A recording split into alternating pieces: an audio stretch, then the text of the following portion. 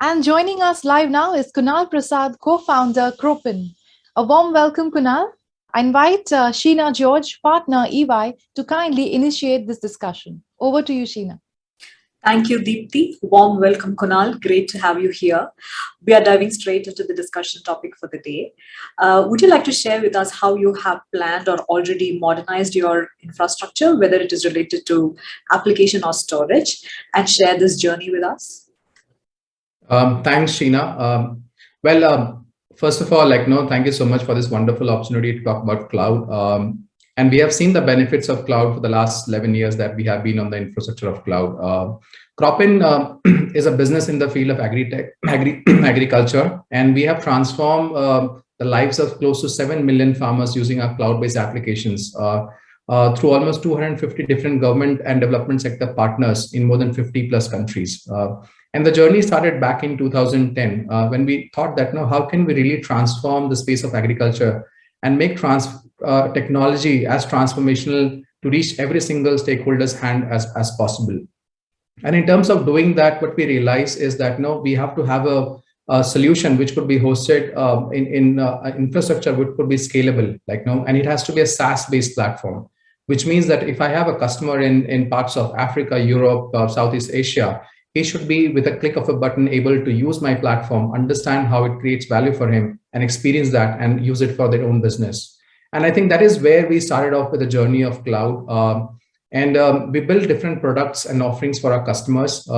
It started off with helping customers in different parts of the world, again, to digitize their farm records. For a business, for example, which is working on a platform, say a farming company or a seed company, would like to digitize their farm records, capture certain information on compliances, on sustainability of what's happening at the farm level, collectivize that and procure the produce and take it into the supply chain. The second is that, once the produce gets collected, then you take it into a smart supply chain marketplace where someone in different part of the world could actually understand that, where this produce is coming, how traceable it is, how safe it is for consumption. So our platform then translates the data at the farm level to take it to the supply chain, to the end customer. When a click of a scan of a QR code can actually help the customer to know exactly where the producers come from. And all that is being possible because our platforms are hosted on cloud. It offers our customers to make it scalable. Our platforms are being used by customers in Africa. One of the initiatives called Agra, which is using it to digitize close to 3 million farmers in 6 countries with almost 10,000 field extension workers or agripreneurs which are using our platform. And if you go start with a starting scale, we are also helping small businesses which are working with 500 to 1,000 farmers also use the same technology and empower to help them to grow better and find opportunities for them to market their products. So the cloud basically gives elasticity for our customers. So we can even serve a 500 farmer customer to even a 3 million farmer customer, and we can do it at scale. The second thing that we also realized is that as we started growing, our data became stronger because every single day we are getting millions of records into our infrastructure. And then in the last 5 years, we have started using data to help our customers with much more predictive and prescriptive insights. The value of data comes when we also triangulate the data of the data that you already have with data which is also available in the ecosystem, which means for us in the field of agriculture, we use satellite data, we use weather data, and then we use some baseline data.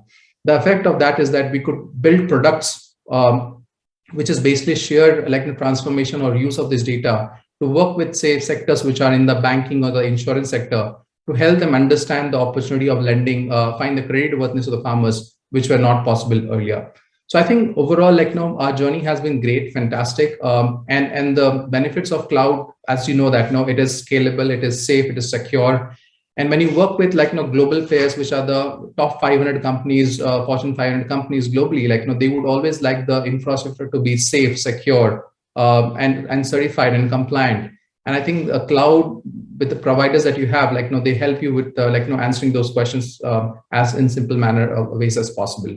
So I think these are some of the benefits that you always see coming to a cloud platform, and we as a company have seen that benefit and grown over the last 11 years, year on year, and thankfully right now we are one of the leading tech-based full stack development companies to have serviced customers across the globe.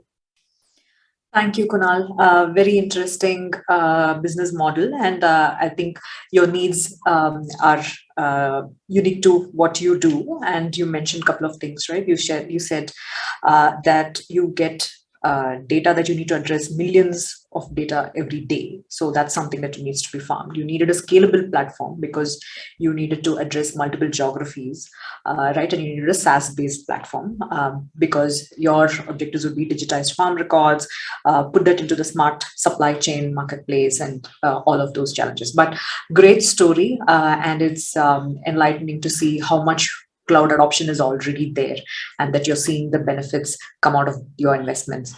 Moving to the next question for you, Kunal, basis your experience and the strategy that you've already put in place, right?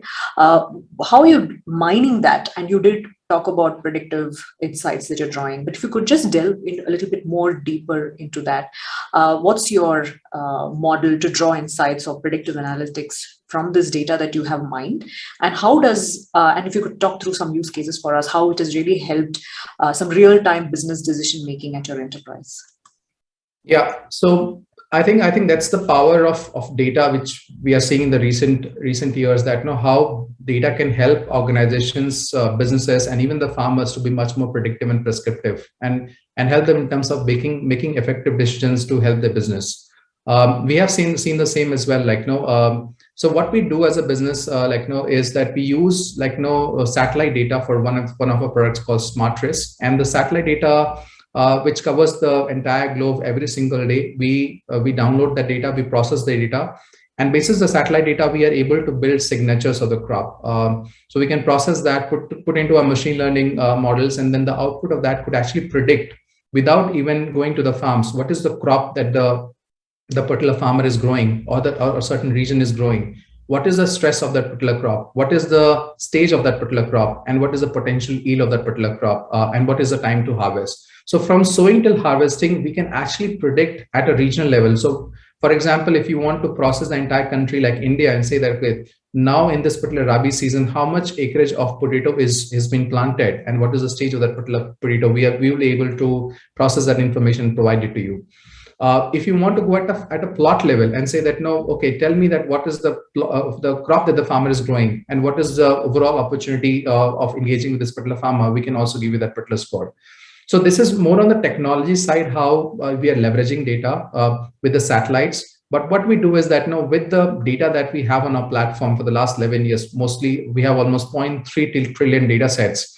We are able to also model and build the accuracies in terms of all the predictions that we are doing. Couple of the use cases, maybe for one of the segments, very interesting segment is the banking sector. Now, what is happening in the banking sector is that they provide loans to millions of farmers across the country, but they are able to tap into the top 40 percentile of the farmers, which are mostly large farmers. And the problem for them is that they are not able to engage because the cost of operations are very high. And the cost of operations for them is that if they have to provide loan to the farmer, his banking correspondent has to go to that particular farm, visit his particular location, capture certain information, find the coordinates of other farmers, bring that as a file, see the opportunity of lending, and then provide that particular loan to the farmer. And this takes almost a month, right? So what the bank wants to do is the bank wants to reduce the risk and the NPS and provide the loan to the farmer. Now, what we smartly do is that we have integrated our platform to the government's land record data in some of the states. And and in the current process right now, the farmer can directly go to a bank and provide his land record detail to the particular farmer, to the bank. The bank officer can actually put that survey number into our smart risk platform. And the smart risk platform actually throws the complete information of that particular farm records of what has happened in the last 3 years, which means that because the satellite data has already been there for several years, we process the last 3-year data and tell the bank manager that, okay, this in 2017, 2018, 2019, these were the crops which the farmer were growing. This could have been the potential yield and the income of that particular farmer, which means now the bank will have a real information without relying on any of the external factors. The benefit is that the bank manager can, with a click of a button, within minutes, provide that load to that particular farmer. And this is one of the solutions which is already being implemented in India and other developing countries. and it's going to really transform for the benefit of these farmers, because a month process is now getting shortened to a few minutes, which can help them in terms of doing those transactions. One of the effective use cases in our, again, using data is to be predictive. And especially you would have all heard about climate is a big problem, and the biggest problem of climate is being faced by the farmers, which are actually seeing that impact at a day-to-day level. So what we are doing in our, again, on the same ML based platform, is that we are using the data. We are making up predictive models for advising the farmer from the time of sowing till the time of harvesting, which means that if there is a farmer which is dependent on rain, I would be able to give the sowing window to the farmer, that now, looking at the weather condition of your specific plot in the next 7 days, what is the right time for you to do the sowing. We would able to give you that what are the pests and disease that your farm would be facing in the next 7 days, depending on the crop that you're growing and the location and the weather conditions that is prevailing over there. We are able to inform the farmer in terms of how you should be adopting your practices, from irrigation to usage of fertilizers and chemicals, and reduce those things at the production level, so that you can also grow it sustainably and reduce your cost of production. So all in all, from an advisory perspective, where we see smallholders, farmers across in developing countries, if we can inform them well in advance, we can save at least 30% of their crops, which gets failed, or the production reduces because of the climate stress. So the list is immense, but from sectors that we serve, from the farmers' impact to segments in banking, insurance, or the farming sectors, I see that the role of technology and data is translating into much more insights, which is much more predictive and prescriptive. Thank you, Kunal. Those were, I think, wonderful, brilliant use cases you called out. You talked about how satellite data and machine combined with machine learning models is helping predict that sowing to harvest cycle. Second thing, you spoke about the smart risk platform, where you're integrating with banking platforms for reducing the time to loan disbursement. Such a huge transformation for this industry. And third thing I think you talked about is predicting the impact of climate change on farming. And you said that predicting that sowing window helps save 30% of crops. Again, beautiful use cases. Thank you for sharing, Kunal. My last question for you would be, all of this technology transformation which we talk about, what does rethinking business process have to do to make a technology transformation successful? And basically, to reword that question, how can organizations rethink their processes to become more efficient in the ways of doing business, and how technology can help in that process? I think this is a wonderful opportunity for business to actually leverage the data that they have. And for most of the business that we are working with right now, or we have worked right now, the biggest problem is that how you can, every organization has massive amount of data sets, and for businesses which have been existing for the last several years, they would have that particular data. But the problem of them is that how do you relate this data, and how do you use the data into meaningful ways which can actually help you in terms of effective business decisions. I'll give you an example of an agrochemical business use case, right? So we work with a couple of these agrochemical business, and for them, it's all about how you can sell your product and be much more effective in your product placements when the season has started, right?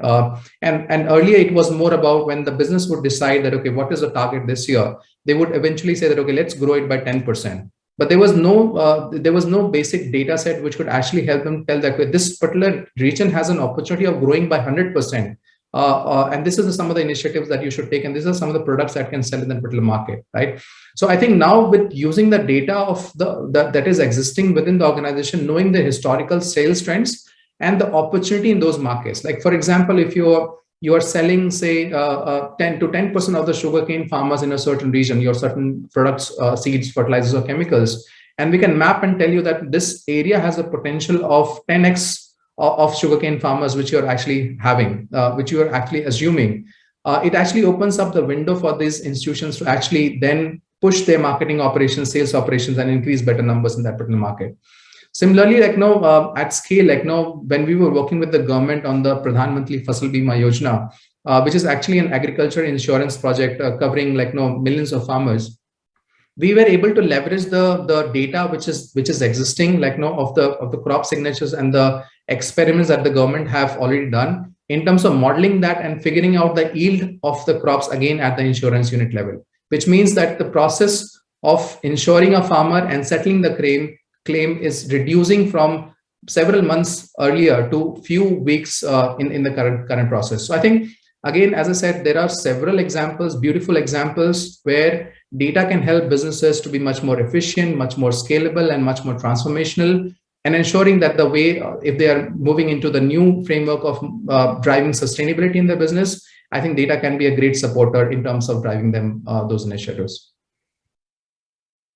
Thank you so much, Kunal, for sharing your journey with us. I think it's some great use cases covered today, and how data, technology, and business models come together to transform lives of the business and those farmers out there. That's really great for sharing with us. Thank you, Kunal. Back to you, Deepti. Thank you, Sheena, for looking into that wonderful conversation. And thank you so much, Kunal, once again for sharing all those lovely insights with us. So, ladies and gentlemen, with that, we are ready with another success story, especially for you. So, join us. See you in a short while.